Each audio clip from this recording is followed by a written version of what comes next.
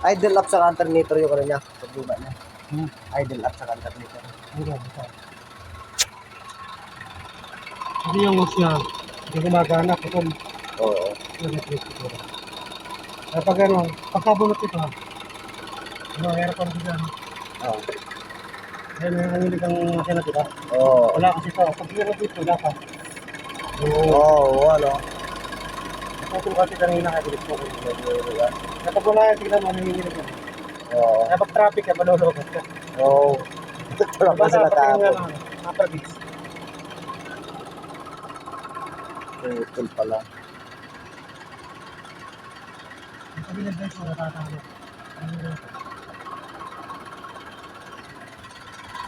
Yun o.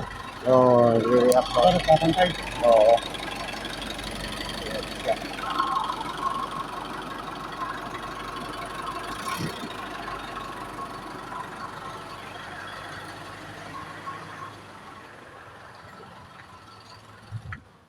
Putol eh. Tanggalin mo na kay. Kaya, saka magbalik.